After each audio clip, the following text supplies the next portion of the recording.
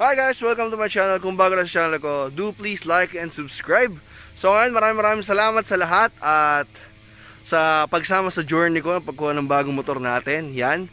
At maraming salamat. Road to 5K subscribers tayo guys.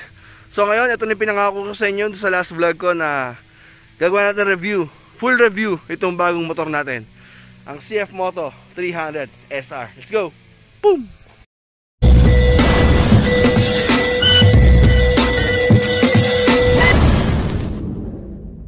Yan, so nasa harap natin ngayon is ang new CF Moto 300 SR na halos bagong labas lang dito sa Pilipinas, na may 300cc, dual overhead cam, single cylinder, Bosch EFI, fuel tank ito is 12 liters capacity, dual channel ABS at may gwapong malaking gulong sa likod. Yan, naka monoshock at naka underbelly pipe siya. Yan, so tingnan niyo yung kulay, sobrang ganda. Kita nyo naman sa una kong vlog, yung nirelease natin to is may decals pa siyang sobrang laki dito ng CF Moto lang, parang CFM lang kasi dyan. Yan. Then meron ditong 300 SR, tapos may CF Moto dyan. So babago natin decals yan. So pinag-isipan natin kung ano ilalagay natin dyan. Yan, so ano pa ba? At syempre sa fully loaded na specs, and all LED pa nga pala siya guys ha. As sa mga specs na yun, ito is 165,000 lamang. Yan, so yung 165 pesos natin, ano pa may bibili nun is 150cc sa ibang brands, di ba? So dito 300cc na. So yan, let's go. Hey,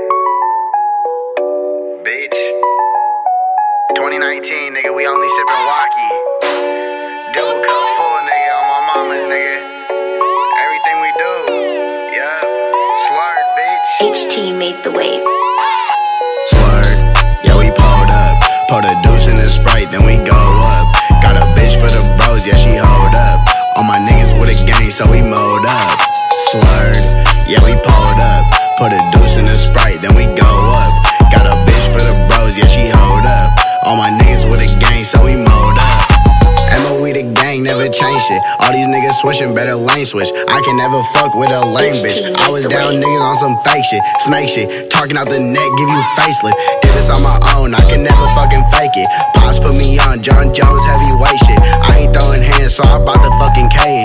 Keep it with a comma clip, not punctuation. Word, yeah, we pulled up. Pour the deuce in the Sprite, then we go up. Got a bitch for the bros, yeah, she hold up. All my niggas with a gang, so we mowed up. Slurred, yeah, we pulled up. Put a deuce in the Sprite, then we go up. Got a bitch for the bros, yeah, she hold up. All my niggas with a gang, so we mowed up. Beano's up, like my name Joe Jackson. Slide down the block, 91, brought the Mac it. Back 11 bustin', if we catch you niggas lacking. Like a blood, nigga, we can get it brackin'. I don't even bang, but I rock with my shoe.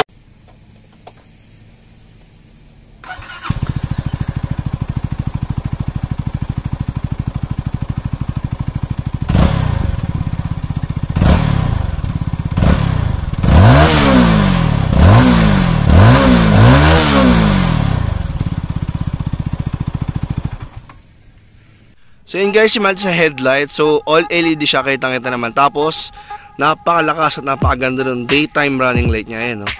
Sobrang cute. Tapos signal lights LED. Sayang lang, no? Sana yung signal lights na yan is kinonect na lang dito para mas maganda siya tignan, di ba?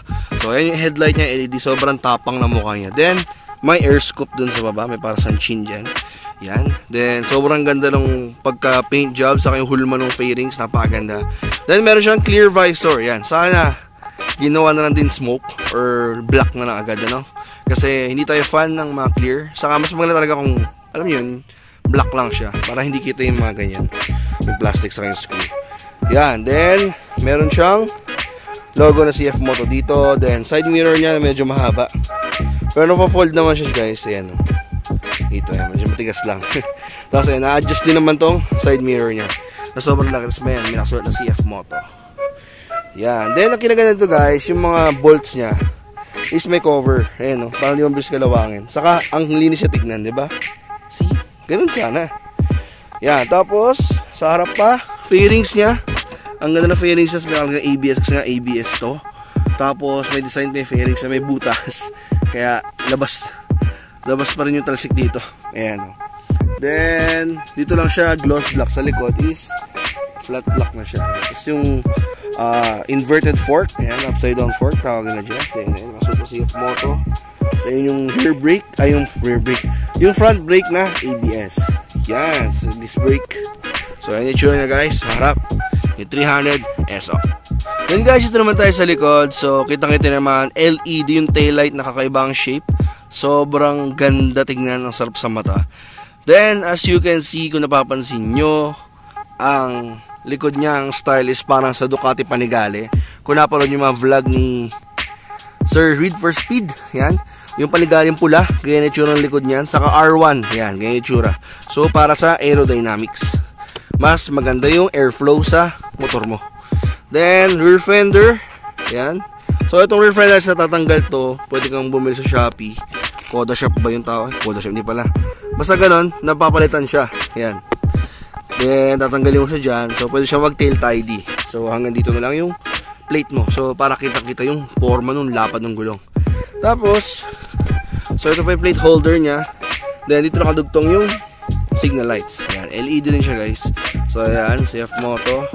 Motor yun. Yan. Shoutout. Shoutout nga pala sa Motorcycle City, Manolo, sa pag-release ng aking motor. Na sobrang tagal kong hintay. Yan. Then sa likod ang kita pa ito yung monoshock. Yan. Tapos may tire hugger siya na kasama. So at least kahit pa paano hindi madudungan yung monoshock dyan. Saka iba pang piyesa dyan. Yan. Ito yung disc brake. ABS natin na rear brake. Yan. Then underbelly na cute. Tapos tignan. Kaso guys ang underbelly na yan is sumasayad. Yan ang disadvantage yan. Kasi masyadong mababa si 300 SR. So kapag ikaw may angkas, sasayad siya. Yan. Sayad sa mga humps. Sa mga regular size na humps, sayad yan. Then, ayan yung kapakang angkas. Kitang-kita rin dito sa likod. Tapos, ayan yung tsura ng gulong niya. So, yung gulong niya is 140 ang lapad. Kaya, saktuhan pala yung lapad yan. Parang sa Aerox, no? So, ayan yung sprocket, chain, yan. So, ayan ang kita sa likod. So, ang pogi nito talaga pag tumatakbo ka, no? Angas. Lalo na pag nilaparan natin itong gulong sa likod. So, gagawin natin 160 to susunod. Then, dito naman tayo guys sa panel gauge ni 300 SR. So, TFT display na siya. So, sobrang sarap tignan sa mata. Sa signal lights, neutral. Check engine, ABS, mawala yan pag umandar ka. Tapos may dalawang buttons dito. Selector, saka adjust. Then, lights on, gas. Tapos, temperature, signal lights pa rin. Then, dito sa display is, ito yung sport mode. Pakita mo sa inyo sport mode. Then, ito yung sa gear indicator ba yun? Ay hindi, dito pa rin sa gear indicator. Tapos tama, doon yung gear indicator. Then outside temperature, trip meter, voltmeter, clock, odometer. Then ito naman, speedometer to guys. Then tachometer, fuel meter for indicator, at yung temperature, engine temperature ata to. So yan ang sports mode, yan ang laman sports mode. Tapos ito naman sa eco mode. Yan, may time, then speed, tapos dito pa rin yung yung gear indicator, fuel indicator, RPM. So, yan lang siya. Tapos temperature. Kaya dito pa rin battery saver, battery indicate, battery voltmeter, tapos trip meter at odometer. Yan. Tapos dito na pipilitin pa, magpapalit kayo ng trip at adjust nyo yung brightness nito. Then, yan ang itsura niyan. Yan. Yan ang kabuuan na itsura niyan kapag nasakay ka na, makikita mo. So, ito, tagataka lang ito parang paling. Shoutout sa mga naka-300 SR dyan. Kaya po ba talaga yan? Paling. Yan. So, ito yung mga wirings. Then, dito tayo sa clip-on handlebar. Yan. Sobrang lupit. May cover pa siya. Kaya ang linis tingnan, no? May mga cover. So, dito, yung napansin dito is yung clutch. Umuuga-uga. Hindi ko alam kung normal ba to or pwedeng adjust. So, comment down below sa mga owner kung na-adjust pa ba to. Yan. Then grip, sobrang haba. So, meron pa dito yung lock or parang balancer, tawag na dito. Then passing light, yan. Passing light, yan yung blue, yung high beam. Passing light, then high beam, low beam. Tapos dito ngayon sa modes. Then busina. Then signal lights. Tapos ang kinainis ko lang dito guys is yung busina, sobrang layo. Andito siya sa dulo. So, ako kasi pag nagdadrive ako is andito yung kamay ko, banda. So, nasanay tayo sa motor natin, sa mga normal na motor, kasi diba normal na motor, andito ang busina. Diyan napipindot yan. So, nangyayari ngayon is pag bubusina ako, kinakapa ko pa siya kasi kailangan mo siyang bitawan. So, ayan, ganun.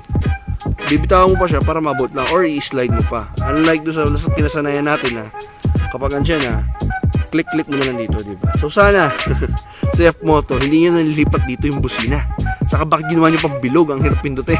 Dapat nilagay nyo talaga dito yan. Kahit sabi natin bilog, dito talaga siya kasi pas madali siyang maabot. Lalo na pag madalian. Yan, kailangan talaga dito yung busina. So, dito naman tayo sa right side. So, quick throttle ba tawag dito? Yan. Front brake na ABS. Throttle grip, syempre. Kill switch at start. So, pag slide mo siya ganyan, yo, start na siya. So, medyo maingay pa start nito guys ha. Kasi wala naman siya ng technology na yung tahimik. Then, hazard lights. Yan, hazard lights. Tapos guys, kaya ko na napansin, yung naglalak ako ng manibela is, pag ginanya mo, hindi siya pwede nasagad, kaya tatapat mo siya. Bakit? Kasi ito yung lock nyo. Ang cute. Ayan o. Ayun o. Ito niyan. Ito. Ayun yung lock niya. Ang galing. Yung lock naman ni Bella. Kailan ko na siya nakita. Tapos ito nga yung fuel tank natin na hindi siya bakal guys. Nakatakpan siya ng fairings. Ayan. Ito yan man. Pure fairings. Ito hindi siya carbon guys ha. Ano lang siya. Parang deep lang ng carbon. So plastic lang to or fairings lang din. Then ito yung fuel tank lid. Tapos ito yung susian na basic na susian lang. Siyempre. Tapos ito yung fuel tank. Check natin. Yun. Yung itsura niyan guys. So push mo lang ulit para bumalik. Yan. So ito lang yung mga pala susi niya guys. Yung susi nga pala ito guys. Ayan. Yung susi nga pala ito is nabibilan din accessory para mas malaki siya tignan. So para siyang may case. Nabibilan siya sa Shopee. Kasi sa Shopee, ang pangalan 300 SR is CF Moto 250 SR. Dahil sa ibang bansa, 250cc lang siya. Ewan ko kung paano at bakit naging 300cc sa Pilipinas. Diba? Ang gulo. Yeah. Oo nga pala guys, at dahil Bosch EFI siya or Bosch Electronic Fuel Injected siya, ang nag-average siya ng fuel consumption na 30 to 35. Yan. So, kung mas matipid ka pa bumomba, hindi ka masyadong mabomba, mas titipid pa siya. So, di ba? Ang ganda. 300cc siya, pero kaya niyang kumuha ng 30 to 35 km per liter. Yan. So, di naman tayo sa harap guys. Size ng mags is size 17. At ang size ng gulong is CST Radial 110 by 70 17. Yan. So, magandang brand na yung gulong nakabit sa kanya CST at napakakapit daw na ito guys. So, goods na goods sa mga banking. Dahil may nakita ko mga pictures na naka-banking talaga itong 300 SR. So, sobrang lupit. Yan. Tapos, ayan pa yung napakalaking disc brake niya at yung ABS na front brake na 4 pistons daw yan. Tapos, inverted fork. Ayan. Basta sobrang ikli nung ano niya guys. So, ayan o, yung fender niya. May opening para talaga doon. Ayan o. So, madudumihan din tong fork natin. Tapos, dito sa likod niya is medyo open siya. Hindi pala medyo open siya. So dahil may klito, possible talagang dumumi itong loob na to. Yan. Nasa inyo radiator niya pala guys. So, may nabibili naman sa Shopee radiator cover nito. So, yun nga, 250 SR sa search nyo. Yan, lalabas yan. Meron yung cover, nakita ko na. So, yun nga, dumihin. So, sana, tinasan nila itong bako yung harang nito. Engine cover. Sayang. Then, dito sa likod guys, is size 17 yung mags. Ang specs ng gulong ito is CST Radial 140 by 60 R17. Yan. So, very sporty na talaga yung design nung mags niya. Tapos, pwede pa palang laparan yung gulong to up to 160. So, pwede siya kanya stock ng NK400 kung tama ako. Then, yung harap is kaya pa gawing 120. So, ang ganda. So, mas lalaki tignan yung bikes natin, lalo pag nakatalikod. So, ayan, kita-kita naman dito yung disc brake. Tapos, yung caliper niya na ABS na rin. So, napaka-safe talagang gamitin itong 300 SR. Then, ayan nga, yung underbelly. Sabi ko, napaka-pogi itong underbelly. Ang problema lang talaga is sumasayad siya sa mga humps. Lalo na sa mga not ordinary humps na gawa ng mga tao dito, no? Lalo sa lugar namin, sobrang dami humps. Talagang walang pinipili, lahat sinasayaran niya. So, baka maksimabutas pa to, baka magpalit na rin tayo ng aftermarket pipes. So, sana hindi tayo masita. Yan. Tapos, ayan yung tapakan angkas. Then, ito pa yung ang tawag dito, tire hugger. Then, monoshock natin. Yan. Oo nga pala guys, trivia lang, no? Kasi, Marami nagsasabi bakit napakagwapo naman ng CF Moto ngayon. Kasi guys, same sila ng designer ng KTM Motors. So, ang designer nila is Kiska. Yan. Kaya ang futuristic na mga design, ang popogi na mga design nila. Yan. Tapos sa gilid guys, yan. Puro fairings lang talaga makita mo dyan. Then, ayan. Signal lights. Then, yung parang carbon finish style na fairings nila. Deep lang ata yan. Hindi siya sticker. Then, yung engine bay niyan dyan. Clutch. Yun. Then, tapakan ni rider. Foot brake. Ayan. ABS yan guys. So, walk through na natin. Ayan. Rear fender. Yung gulong. Na mas popogi talaga yung palumi 160. Wait natin. Mag-upgrade din tayo yan. Yan. Then, yung napaka-poging swing arm. Diba? Then, sprocket. Chain. Ayan. Tapakan ni angkas. Ni rider. Side stand. Walang center stand to guys ha. Then, ayan, CF Moto talaga. Ayan. So, ayan yung tsura niya guys. Yo! Ayan, so testing na natin to. On na natin. So, nagagandahan yung angulo natin. Baba pa natin ang onte. Yun! Grabe, no? Kaya pala sulit talaga GoPro. Ayan, start na natin. Hindi pa masyadong kita yung yuko. Yan. Ayos ba guys? So ngayon naka-eco mode tayo. Ayan. Ngayon nilagay natin sa sport mode para medyo magating na sa video. Parating ko na sa inyo yung engine. Ayan. Yun. Grabe no? So paano na natin? Primera. Ang lakas na arangkada nito guys. Alam nyo ba, ginamit namin ito ng tropa ko bandang 11 ng gabi. Syempre wala na masyadong tao, wala masyadong sasakyan. So puro na talaga, puro truck. Grabe, ang lakas ng torque nito. Overtake kung overtake talaga. Yung segunda niya, ang laki na nakarating. Yan. So okay tayo dito. Matasan niyo yung power nitong si Rimuru. Ayan, segunda lang yan guys. Kuha pa rin ng 45. Ayun oh.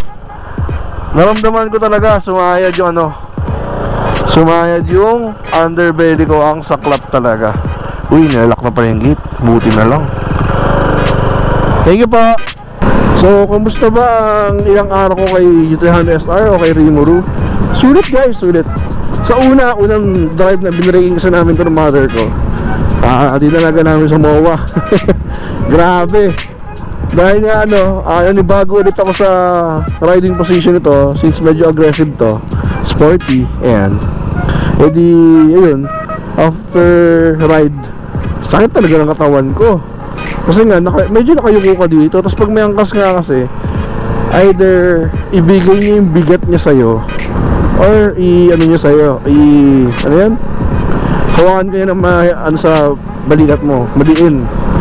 So yun yung pangit lang sa sports bike talaga. Kaya minsan yung mga single lang talaga ito kinukuha. Wala na tayo sa bebe ko nito. Basta masyado mataas yung silya, no? Hindi pa natin nasama sa review yun. Yan, so yung silya nito is masyado mataas para sa angkas.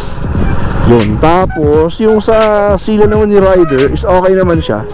Tapos yung silya nga pala ni angkas, natatanggal yan. Nakalimutan ko pakita kanina, sorry. Natatanggal yan, pero tools lang naman ang kasya dun. Tapos wala siyang kill switch sa side stand guys ha. Yung kanyari ma-under ka, then binaba mo yung side stand mo para mag-park. Hindi siya mamatay. Mamatay siya once na nag-shift ka na sa primera. Yan, once na pag-shift mo, patay na siya. So yun yung nag-ano ko dun eh. Naging problema ko dun sa MT-09 ng tropa ko. Akala ko nasira ako na, hindi naman pala. Kasi yun na safety features niya. Once na side stand ka, nag-primera ka, boom, patay yung makina. Ang galing, di ba? So yun yung safety, ang ganda-ganda safety features ito. Iba kasi wala talagang safety features side stand eh. Marurot kung marurot, di ba? Yan. So yun tayo sa pa-highway na talaga ito eh. Ang problema guys is rush hour pala, 4:30 na. So nahihirapan ko pakita sa inyo speed nito, power nito. May ginagawa kasi dito yun. Ayan, power of ABS. Sobrang niya, safe niyang gamitin talaga yung ABS. Napakaganda kasi nga, di ba? Imagine mo kung high speed ka tapos bibigyan tatawid. Pag nagpanik ka talaga doon, madidinan mo yun either front or rear brake. Either mag-skid ka sa likod or mag-skid ka sa harap, or umangat ng konti harap mo, magpanik ka lalo, di ba? Aksidente talaga ang mangyayari sa'yo doon. So yun yung ginaganda ng ABS. Kasi iba yung ABS, sasabihin nila pang babae, pang newbie, di ba? Gusto ko lang ngayon, lahat may ABS na yung motor, di ba? High end. Kasi kailangan talaga eh. Kailangan mo talaga ng mga ganyang technology, di ba? Yun yung mga worth upgrades. Para sa'yo, sa Hyundai. Woo! Grabe! Grabe harurot doon, boss! Ang sarap eh, no? Kaso pa niya yung truck eh. Sana rinig din dito yan, ano? Huwag yung puro hangin. Sana rinig din dito yung ugong ng makina pag umu-overtake. Oo pala guys, ang dami ko pa lang na-miss ng review. Ang gearing siya is 1 down, 5 up, 6 speed to eh. Grabe, na ko ba nalimutan, no? Awit sa inyo, awit sa akin. Yan. So, plano ko i-long ride na to after change oil. Talagang walwalan mood na to. Content more, diba? So, shoutout sa road to 5,000 tayo eh. Ayun, overtake naman tayo. Yee! ABS. Grabe, sarap. Woo! Oh, sarap. Oh, grabe. Oh, woo! That's all for today, guys. Ayun guys, kung nabitin pa kayo sa review sa CF Moto 300 SR na to, is abangan nyo pa yung mga susunod nating vlogs kung paano ba natin may maintenance to, kung ano pa yung mga i-upgrades natin dito sa motor na to. So sure tayo, decals uunahin natin dito, next natin yung gulong, tapos yung pipe.